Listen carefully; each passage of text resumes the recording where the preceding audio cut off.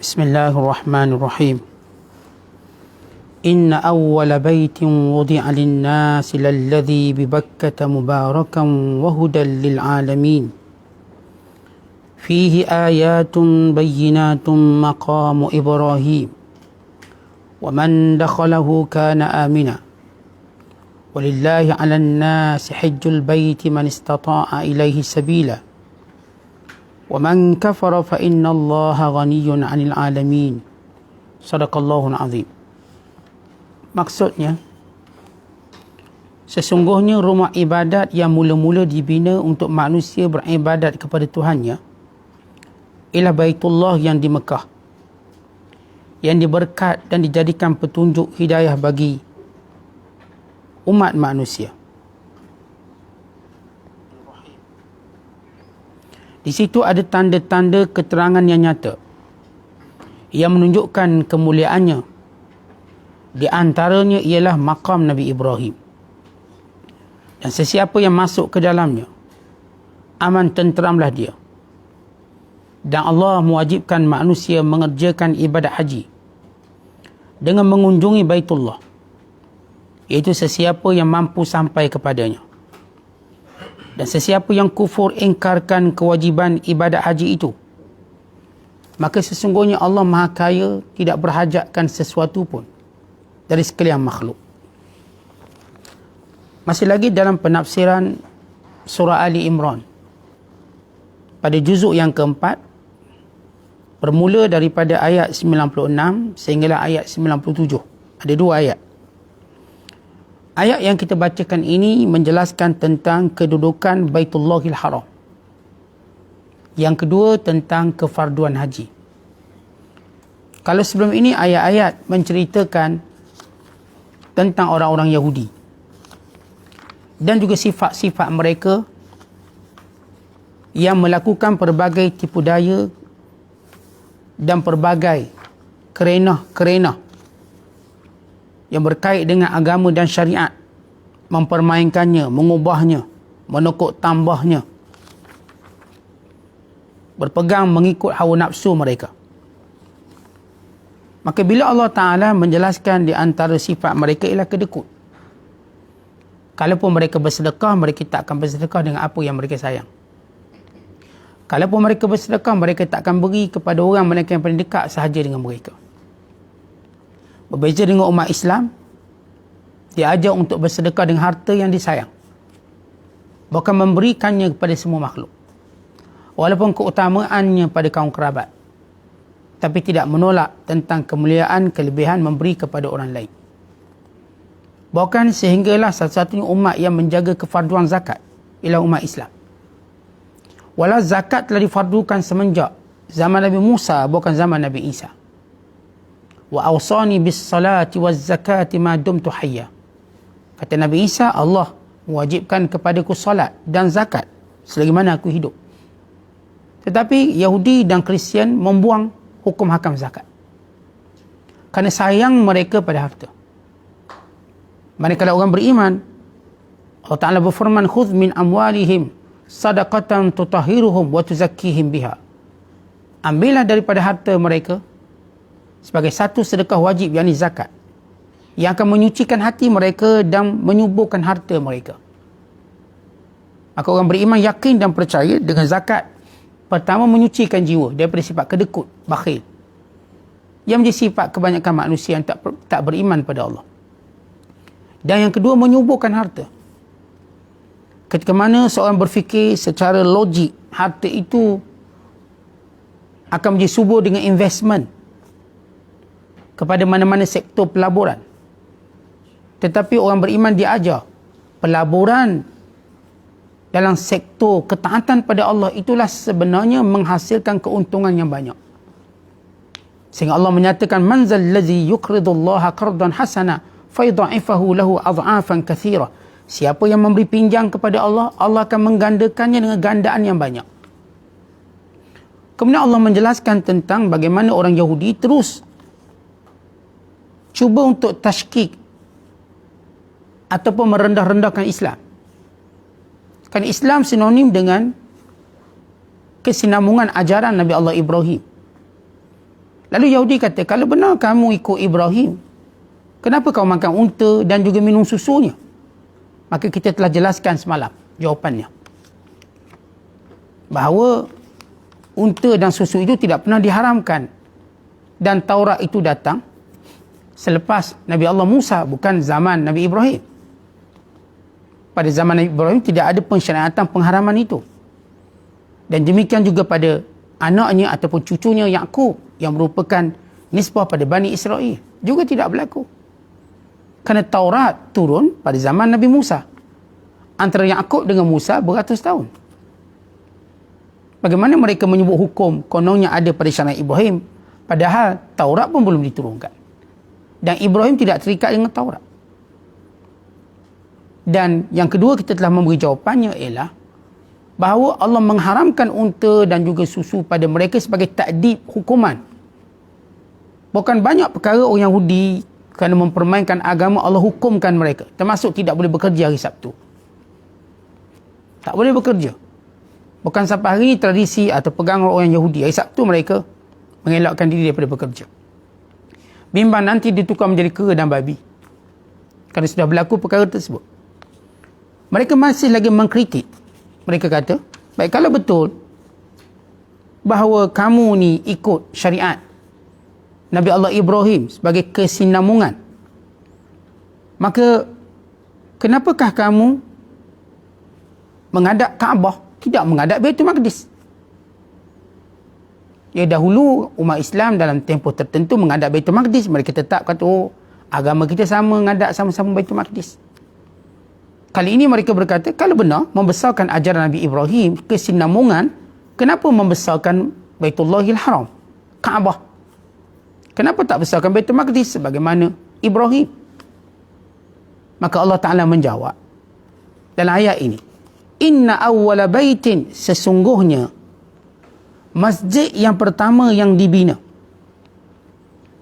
tempat ibadat yang pertama dibina, kiblat yang pertama manusia menghadapkan wajah dan muka mereka kepada Allah, wudi'a linnas, yang telah diletakkan atas muka bumi ini, lalalladhi bi Bakkah mubarakah, yang berada di Mekah, bukannya berada di Baitul Maqdis. Kiblat pertama yang Allah Ta'ala perintahkan manusia menghadap ialah Masjidil Haram. Itu yang pertama. Wahudan lil alamin, padanya petunjuk kepada sekalian hamba-hambanya, yakni alam seluruhnya. Baik, kita tahu dalam hadis disebut bahawa tempat pertama atau masjid yang pertama yang dibina, yang diperintahkan oleh Allah supaya dibina ialah Masjidil Haram. Kemudian sesudah itu barulah dibina Baitullahil Maqdis ataupun Masjidil Aqsa. Dinamakan sebagai Masjidil Aqsa kerana dia berada paling hujung sekali. Ini Mekah di hujung sekali, maka disebut Aqsa. Dua masjid ini sahaja yang mula dibina. Antara kedua masjid ini, tempat kiblat ini, ialah 40 tahun tempoh dia. Mula-mula dibina Masjidil Haram. Selepas 40 tahun barulah dibina Masjid Aqsa atau Baitul Maqdis. Ketika mana orang Yahudi berkumpul dengan orang Islam, bertemu dengan orang Islam, maka Yahudi berkata, Baitul Maqdis lebih mulia. Ia merupakan tempat penghijrahan para Nabi, tempat berkumpul para Nabi. Lalu orang beriman berkata, tidak, bahkan Baitullahil Haram paling mulia, kerana ia merupakan dibina pada Kaabah, tempat pertama manusia diperintahkan beribadat menghadap ke arahnya. Maka turun ayat ini. Ayat ini menjawab persoalan yang Yahudi kata, kalau benar Islam ini kesinambungan daripada ajaran Ibrahim, kenapa menghadap Mekah, tak menghadap Baitul Maqdis? Ibrahim kan menghadap Baitul Maqdis, kata mereka. Maka Allah kata, yang pertama dibina ialah Masjidil Haram. Maka manusia pertama ialah menghadap Masjidil Haram. Baik, kita baca sejarah. Siapakah yang pertama membina Masjidil Haram? Dan siapa pula yang membina Baitullahil Maqdis ataupun Masjid Aqsa atau Baitul Maqdis? Siapa yang membinanya? Kita tahu bahawa dalam Al-Quran menyebut Ibrahim AS membina Kaabah. Dan tidak disebut secara jelas siapakah yang membina Baitul Maqdis. Ada riwayat menyebut bahawa yang membinanya ialah Sulaiman AS. Tapi kalau kita melihat satu riwayat yang keluarkan oleh Imam Ibn Majah, bahawa sebagaimana ini pendapat yang disebut oleh ramai ulama, antara Imam As-Suyuti. Beliau menyatakan yang pertama membina Baitul Maqdis, membina Masjidil Haram ialah Adam AS. Kemudian Adam bergerak ke Filastin, membina Baitul Maqdis, jarak duanya ialah 40 tahun. Adapun Ibrahim, dia bukan mentaksis, bukan mengasaskan, tetapi dia membina kembali, yakni menyempurnakannya. Adapun Sulaiman AS juga begitu, dia bukan mentaksis, yakni bukan mengasaskan Baitul Maqdis, tetapi dia membina kembali apa yang telah diletakkan asasnya oleh Adam AS. Maka itu yang dimaksudkan 40 tahun antara Masjid Al-Haram dengan Baitul Maqdis. Pertama-tama manusia memang menghadap Masjidil Haram. Baik, sejarah orang Islam menghadap Baitul Maqdis bila? Pada permulaan Islam, bukan kita katakan sebelum ini lagi, memang diperintahkan menghadap Masjidil Haram. Tapi dek kerana jahiliah mula menguasainya, berhala-berhala yang banyak, penyelewengan yang ketara, maka Nabi SAW tidak menghadap Masjidil Haram melainkan dengan jarak jauh di Gua Hira, jauh daripada berhala-berhala tersebut. Bila mana difardukan kefarduan solat, maka umat Islam berhijrah ke kota Madinah dan diperintahkan menghadap Baitul Maqdis. Kenapakah diperintahkan menghadap Baitul Maqdis? Pada permulaan Islam, dalam tempoh 16 hingga 17 bulan. Sehingga turun pada tahun kedua, Allah Ta'ala memerintahkan orang beriman supaya menghadap Masjid Al-Haram ataupun Kaabah. Yang pertama, kerana bagi menarik orang Yahudi untuk memeluk Islam. Tetapi Yahudi sebaliknya berkata, sama je agama kita, sama-sama menghadap Baitul Maqdis, buat apa masuk?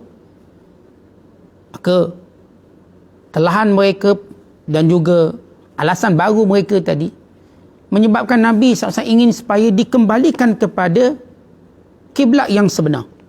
Allah berfirman, qad nara takalluba wajhika fis sama', sesungguhnya kami melihat kamu wahai Muhammad berulang-ulang melihat langit, supaya diturunkan wahyu, supaya ditukar arah kiblat.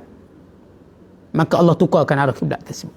Yang kedua, kenapakah pada permulaan Islam tidak menghadap Masjidil Haram tapi menghadap Baitul Maqdis? Kerana zaman jahiliah dekat dengan waktu itu, kebanyakan mereka merindui Kaabah sehingga lupa kepada Allah, membesarkan Kaabah lebih daripada membesarkan Allah. Sedangkan Allah menyebut, falyabudu rabb hadzal bait, sembahlah Tuhan rumah ini, bukan sembahlah Kaabah. Kerana mereka dah jadi, kerana kita katakan perubahan jahiliah, mereka menyembah berhala di Kaabah. Maka bagi menjauhkan orang Islam daripada fanatik kepada Kaabah dan berhala yang masih menjadi pemilikan orang Quraisy, maka Allah menyuruh orang Islam supaya menghadap Baitul Maqdis dulu untuk membersihkan jiwa-jiwa syirik, sehingga ia bersih sepenuhnya dalam tempoh 2 tahun atau 16 hingga 17 bulan. Maka barulah turun perintah menghadap Kaabah. Kerana ketika itu umat Islam benar-benar faham menghadap Kaabah berarti menghadap ataupun menyembah Tuhan yang memerintahkan supaya didirikan Kaabah. Sebagaimana dalam surah Li'ila fi Quraisy atau surah Quraisy, falyabudu rabb hadzal bait, sembahlah Tuhan kepada rumah ini. Kerana jahiliah yang dah lama dia sembah Kaabah terus, bukan lagi sembah Tuhan, bukan sembah berhala di sisi Kaabah. Maka pada permulaan Islam, Allah memerintahkan supaya orang Islam menghadap Baitul Maqdis kerana 2 sebab yang saya sebutkan tadi. Sehinggalah sempurna disuruh, diperintahkan orang beriman menghadap Baitullahil Haram, Kaabah Al-Musharrafah. Maka bila Yahudi menempelak, kalau betul, maka kenapa tidak dia menghadap Baitul Maqdis? Jawapannya mudah. Siapa yang membina Baitullahil Haram? Nabi Ibrahim. Nabi Ibrahim yang membinanya. Dan Nabi Ibrahim tidak membina Baitul Maqdis. Kita dah sebut Baitul Maqdis telah dibina oleh Adam dan disempurnakan binaannya oleh Nabi Allah Sulaiman. Dan Sulaiman dengan Nabi Allah Ibrahim jauhnya begitu jauh. Kerana Masjid Baitul Maqdis disempurnakan binaan oleh Nabi Allah Sulaiman bin Daud pada tahun 1005 sebelum Masihi, sebelum kelahiran Nabi Isa AS. Jarak Nabi Ibrahim dengan Nabi Sulaiman tu 1000 tahun. Maka memang benarlah Islam ini imtidad, rentetan daripada apa yang dibawa oleh Nabi Ibrahim. Kerana semua agama membesarkan Ibrahim. Dan semua cuba mengagungkan Ibrahim. Yahudi kata Ibrahim itu Yahudi. Kristian kata Ibrahim itu Kristian. Allah menjawab, "Ma kana Ibrahimu Yahudiyan wala Nasraniyan, walakin hanifan muslima." Tidaklah Ibrahim itu Yahudi atau Kristian, bukan dia Islam. Kita dah sebut Islam ialah syariat. Daripada mula Allah menciptakan manusia, Adam AS. Datang Nabi Muhammad SAW menyempurnakan Islam. Bila Yahudi mendakwa bahawa kami lebih benar, kami lebih betul, kamilah yang mengikut Ibrahim, maka telah dijawab. Maka Allah mencabar, kalau benar kamu wahai orang Yahudi mengikut Nabi Allah Ibrahim, kenapa tak pergi haji? Sebab kamu tahu Ibrahim AS Nabi yang pertama difardukan kepadanya haji. Diperintahkan. Bila Allah mewahyukan kepada Ibrahim, "Innallaha kataba alaikumul hajj fahujju." Allah telah mewajibkan kepada kamu haji, maka hendaklah kamu menunaikan haji. Dan Allah memerintahkan Ibrahim supaya menyuruh manusia menunaikan ibadat haji. Maka Ibrahim berkata, "Ya Allah, bagaimana suaraku sampai sedangkan aku cuma manusia kerdil?" Kata Allah, "Kamu beritahu, aku yang sampaikan." Maka Ibrahim memanjat Jabal Kubais, Jabal Abi Kubais yang berhampiran dengan Mekah, Kaabah sekarang. Maka Ibrahim pun memanggil, "Ayuhan nas, wahai manusia, Allah mewajibkan haji, maka tunaikan haji." Maka panggilan Ibrahim didengar oleh zuriat yang belum lahir, yang berada pada sulbi ayah-ayah mereka. Sebab tu orang kita Senoni berkata kalau dah sampai masa pergi haji, dah sampai seru. Seru siapa? Seru Ibrahim tu. Kalau tak pergi lagi, tak sampai seru lagi. Ibrahim waktu dipanggil tadi, Allah perdengarkan sampai zuriatnya. Bukan kata yang hidup tu, ni zuriat yang belum lahir. Dengar. Maka, wahai Yahudi, kalau kau mendakwa kau betul, pergilah haji. Dan Kaabah itu memang tempat pertama yang dibina, bukan Baitul Maqdis. Sama-sama muliakan tempat Nabi Ibrahim muliakan. Dan Allah Ta'ala menyatakan, mubarakan, tempatnya penuh berkat. Apa tidak berkatnya di tengah padang pasir? Di tengah padang pasir, maka berkumpul segala kekayaan di situ. Manusia berkumpul. Tuan-tuan, situasi atau kedudukan Mekah tu tengah padang pasir atau tengah bukit-bukit yang berbatu batan. Tiba-tiba ada Kaabah di situ. Dan dimakmurkan dengan para hujjaj. Maka terkumpul segala hasil kekayaan di situ.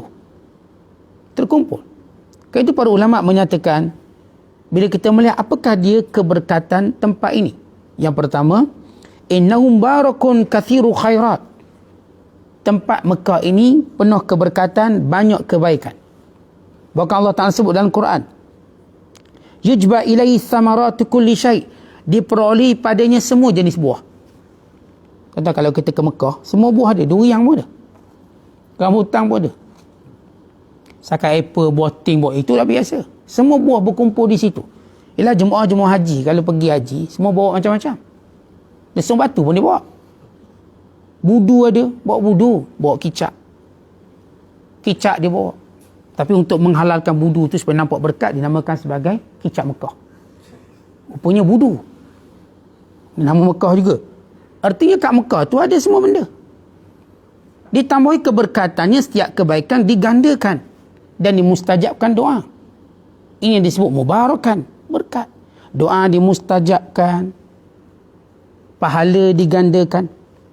Bahkan Allah Ta'ala menyebut hudan linnas wa hudan lil alamin, merupakan masdar hidayah manusia di situ. Tuan-tuan lihat bila orang nak ke Mekah, datang keinginan bertaubat, datang keinginan nak jadi baik, datang keinginan nak buang ego, datang keinginan nak buangkan sombong, datang keinginan nak jadi orang yang benar-benar warak dalam agama. Tak ada orang pergi ke Mekah sebab nak jadi jahat. Tak ada. Semua orang pergi ke Mekah, tuan-tuan, dia ada niat nak jadi baik. Itulah hidayahnya. Tanya orang, awak nak ke Mekah buat apa? Nak berubahlah kita ni. Nak jadi baiklah. Dan kalau di balik Mekah pun orang kata, oh dah baik dah tu, dah balik Mekah. Tak ada pula bila kita balik England, balik London tu, jadi baik dah dia. Kenapa? Baru balik England, apa kaitan jadi baik bila balik England? Tak ada kaitan. Saat dia dah insaf, sebab tu dia pergi Amerika, dia insaf. Orang tak kata pergi Amerika untuk insaf. Orang tak kata dia ni insaf, dia pergi ke Zimbabwe nak cari hidayah. Hidayah pun benda Zimbabwe. Kan nak cari mek hitam sana. Bukan hidayah, cari bini mungkin. Tapi kalau sebut je ke Mekah, walau dia ada niat lain sekalipun, orang kata, nak jadi baik dah orang tu, nak ke Mekah dah dia. Sampai seru dia. Bila balik, tak ada orang balik Mekah pakai cap, pakai topi. Topi golf, tak ada. Pakai kopiah belaka. Bertukar dengan imam Masjidil Haram. Kita tengok orang kalau kat Mekah. Kawan-kawan kita kat Mekah. Semua ni pakai macam imam Mekah. Kita bertukar. Mana satu imam Mekah? Badan dia pun sama imam Mekah. Semua. Kerana itu tempat, atau tempat itu memang semua orang pergi nak jadi baik. Dan bila balik pun orang kata baik. Saya bawa balik Mekah. Immigration pun tengok, oh bawa balik Mekah. Tak payah check. Sebab tahu, bawa balik kurma je ni, ajwa. Takkan bawa balik LV. Takkan bawa Coach. Takkan bawa balik barang berjenama. Bawa kurma, paling kurang ni kurma ajwa, paling jenama sekali. Air Zam-Zam. Tapi kalau sebut balik Korea, kena check back. Ni ada benda bawa ni. Kalau balik Amerika, kena check. Mekah. Jalan. Kita tahu tak ada benda lain. Paling kurang kopiah tu, satu kodi dia bawa. 2 kodi kopiah. Kodi maknanya berapa dozen. Berdozen-dozen kopiah. Serban. Beg kargo ni penuh. Serban. Dia bukan sekadar dia je insaf. Dia nak suruh orang semua insaf. Semua datang melawat dia waktu balik Mekah. Dia bagi serban satu seorang. Biar jadi baik. Tak ada pula balik Mekah bagi bola gos biji seorang. Semua bagi serban, bagi kopiah. Kita pun rela lah sebab balik Mekah. Cuba balik Amerika bagi serban kopiah. Pelik ni. Balik mana? Bawa balik Amerika. Dah bawa bawah tangan ada ni serban kopiah. Amerika belah mana ni? Bawa balik UK ni. Nak ambil lah. Kurma ajwa. Balik UK. Balik UK bagi kurma ajwa. Macam tak masuk akal. Ni UK mana ni? Ulu Kelang ke United Kingdom? Artinya tuan-tuan, itulah dia Masdarul Hidayah. Dan yang ketiga, di Mekah tadi macam-macam tanda-tanda sejarah. Kaabah tu sendiri, tempat sa'i tu sendiri, air Zam-Zam, semua ada sejarah. Itu belum cerita rumah-rumah para sahabat, Bukit Safa, Bukit Marwah, Hajar, perjalanan Hajar. Belum cerita Jabal Abi Kubais. Belum cerita semua kawasan Mekah tu tuan-tuan, kawasan sejarah. Setiap incinya adalah kawasan sejarah. Dia tak macam kita tuan-tuan, kat Malaysia, bukan semua inci ni kawasan sejarah. Setiap inci tu kawasan kenangan. Kita kenangan banyak. Sejarah tak banyak, kenangan banyak Ustaz. Tu nak balik kampung sebab apa? Banyak kenangan. Kenangan main mercun, kenangan bakar lemang. Mekah ni tuan-tuan tempat sejarah. Bukan sekadar sejarah para nabi, sejarah Nabi Muhammad sallallahu alaihi wasallam secara khusus. Sejarah para sahabat, sejarah Islam itu sendiri, bukan sejarah tamadun manusia. Padanya ada makam Ibrahim, tapak kaki Ibrahim. Tuan-tuan, tapak kaki asli, bukan replika. Sejarah manusia, kalau kita baca-baca sejarah, mereka yang mencari semua bentuk fosil-fosil, artifak-artifak sejarah, mereka akan jumpa satu benda yang mereka cuma bagi satu guessing ataupun telaan tekaan. Oh, ini mungkin, ini mungkin, ini mungkin. Tetapi ini jelas Hajarul Aswad datang dari syurga. Jelas tempat Nabi Ibrahim pijak, tapak kaki itu ada. Dipelihara dan dijaga. Mana ada tapak kaki orang simpan paling lama dalam dunia berbanding tapak kaki Ibrahim. Dan yang disebut Maqam Ibrahim. Maqam yakni tempat berdiri. Di mana Nabi Ibrahim AS waktu dia membina Kaabah, maka bila tak sampai, maka datang Ismail bawa batu, letak bawah, dia pun pijak batu untuk membina Kaabah. Sejarah Mekah, setiap inci buminya adalah sejarah. Semua. Setiap pintu yang kita masuk tu tuan-tuan ada sejarah. Sebab itu pintu kat Mekah semua ada nama. Bab Bani Syaibah, Babus Salam, Bab Darun Nadwah, bab itu. Semua pintu tu ada nama kabilah-kabilah dia. Ada sejarah-sejarah tempat dan sebagainya. Bukan saya saja. Tuan-tuan ingat, bukan dia tangkap muat letak nama tu. Semuanya tersimpan sejarah yang banyak. Air Zam-Zam tu sendiri tersimpan sejarah yang banyak. Semenjak ia keluar sampai sekarang, ada je sejarah-sejarah yang hebat. Maka itu disebut tentang kehebatan Mekah. Dan antara kemuliaan Mekah. Ini nak dorong ni, orang Yahudi, kamu kata kamu juga ikut Ibrahim, jom pergi haji. Yang semalam kita kata, jom bersedekah. Tak nak sedekah.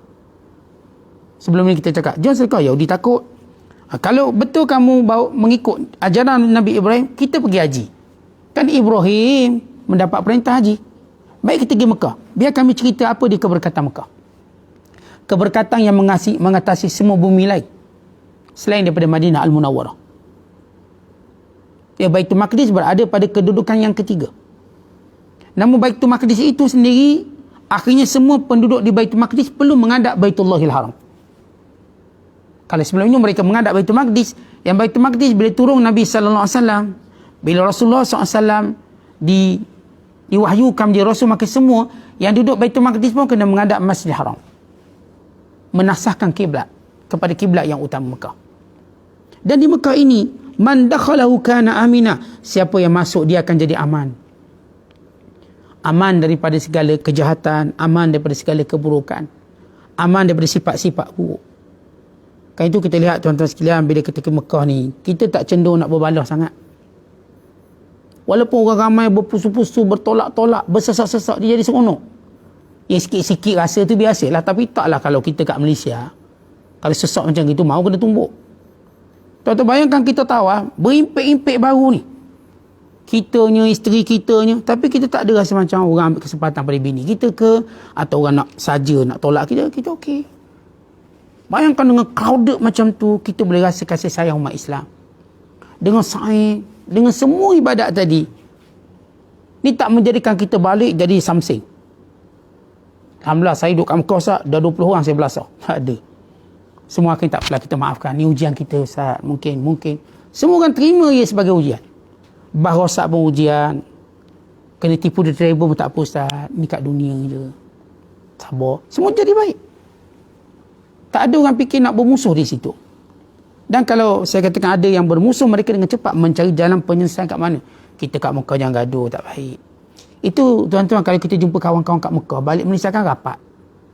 Kita pergi satu maktab ke, satu travel, balik jadi rapat, jadi mesra, nak telefon, nak ziarah rumah. Sebab kita dihubungkan dengan apa? Dengan rahmat, kasih sayang Allah. Dengan keamanan yang ada. Dan Mekah ini juga, kata ulama', antara keistimewaan kemuliaannya ialah Allah Ta'ala mewajibkan padanya haji. Ada haji. Maka kita kalau sebut je buat haji, maka buat haji kat Mekah. Maka kesempurnaan umat Islam itu tidak dicapai melainkan menunaikan ibadat haji. Sehingga kata Nabi SAW, man malaka zadan wa rahilatan tuballighuhu baitallah wa lam yahujja fala alaihi an yamuta yahudiyan aw nasraniyan. Siapa yang cukup bekalan, ada kenderaan yang menyampaikannya ke Mekah, lalu dia tidak menunaikan haji, maka tidak dia peduli dia mati Kristian atau dia mati Yahudi. Sebab Kristian Yahudi memang tak nak pergi Mekah. Kerana mereka tak nak pergi Mekah, mereka diharamkan masuk Mekah. Tuan-tuan perasan tak atau tidak? Kenapa Mekah diharamkan pada orang Kristian dan Yahudi? Jangan kata penyembah berhala. Diharamkan. Sebab mereka tidak mahu mengikut syariat Nabi Ibrahim. Iaitu pergi ke haji, pergi Mekah tak nak. Maka diharamkan mereka. Nak pergi ziarah-ziarah jangan, kami tak bagi. Nak pergi haji boleh. Tapi syarat haji kamu mesti Islam. Yang menghalang mereka ialah diri mereka sendiri. Sama juga orang yang tak nak pergi Mekah. Yang menghalang mereka, diri mereka sendiri. Sebab itu kata Nabi SAW, tak dipeduli mati Yahudi ke mati Kristian. Kerana itu kewajiban ibadah haji, tuan-tuan sekalian. Kita tahu, wajib haji ini sekali seumur hidup. Ini sepakat ulama. Dan kalau kita punya kelapangan rezeki, maka disunatkan kita ulang 5 tahun sekali. Sabda Nabi SAW, bahawa Allah Ta'ala berfirman, inna abdan sahahtu lahu jismahu wa wasa'tu alaihi fil ma'isyah tamdi alaihi 5 awam la yafidu ilayya li mahrum ay minal ajri wa matrud min ridwanillah. Hambaku, kata Allah, aku sihatkan tubuh badan dia, aku luaskan rezekinya. Berlalu 5 tahun dia tak datang jumpa aku, yang tak datang buat haji, maka Allah Ta'ala, kita katakan, mengharamkan dia dapat pahala. Sebab itu sunat, tuan-tuan, kalau kita lepas 5 tahun pergi haji lagi. Kalau kita katakan berkelapangan. Sihat tubuh badan, rezeki ada, Dan ada ruang-ruang. Memanglah tak boleh kota percuma. Kota furoda lah. Kita kan kaya, bayarlah furoda. Berkemampuan. Bayar sikit lah. Visa tu RM15,000. Kita tak kacau yang memang visa percuma. Tak jangan kata, Ustaz dia ni kan dah pergi haji, kacau orang lain. Tak, dia tak ambil visa percuma. Yang kacau tu yang ambil visa percuma tu. Ini visa ni memang dibayar. Kerajaan Saudi khaskan visa ni bagi orang yang nak memperbaharui haji. Kerana mula-mula pergi haji mungkin ada yang tak settle, ada yang tak sempurna. Jadi kita nak perbaharui balik. Maka orang yang dilapangkan rezeki pergilah. 5 tahun sekali perbaharui. Kalau pernah pergi 2017, 2022 pergi. Kalau lapang rezeki. Kalau berkelapangan rezeki, sihat tu badan. Kerana Allah Ta'ala suka. Bukan Allah tegur ni. Hamba ku ini rezeki aku bagi. Badan aku bagi sihat. Tak nak pergi haji. Kalau Amerika 3 tahun sekali pergi. Kalau UK 2 tahun sekali pergi. Bila Mekah, dah pergi dah saat. Dah cukup lah. Dia cukup lah. Dia tak nak perbaharui agama dia. Tentu perbaharui agama kita. Kalau berkelapangan. Dan kewajiban haji ini, di sisi mazhab kita Syafi'i, iaitu alat tarakhi. Alat tarakhi maksudnya tuan-tuan, bukanlah segera.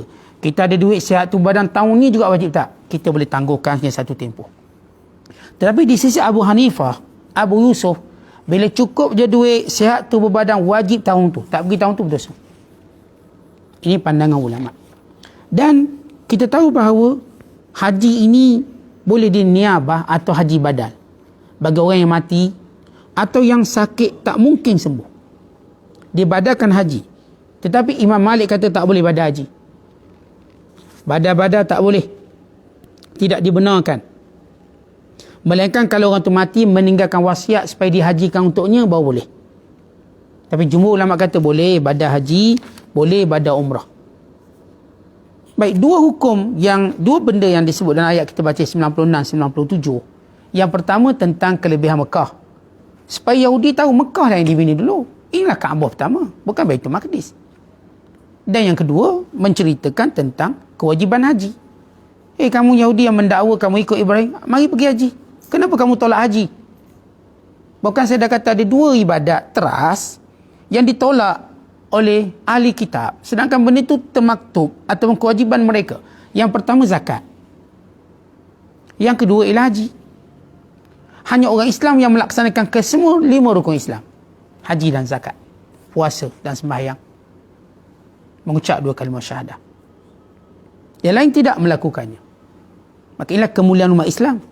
Dan kerana itu umat Islam lebih berhak untuk memuliakan, berbangga dengan Nabi Ibrahim berbanding Yahudi dan Kristian. Yang terang-terang menolak, bukan mempermain-mainkannya sebagaimana mereka mempermainkan Nabi-Nabi yang lain. Wallahu a'lam bishawab. Assalamualaikum warahmatullahi wabarakatuh.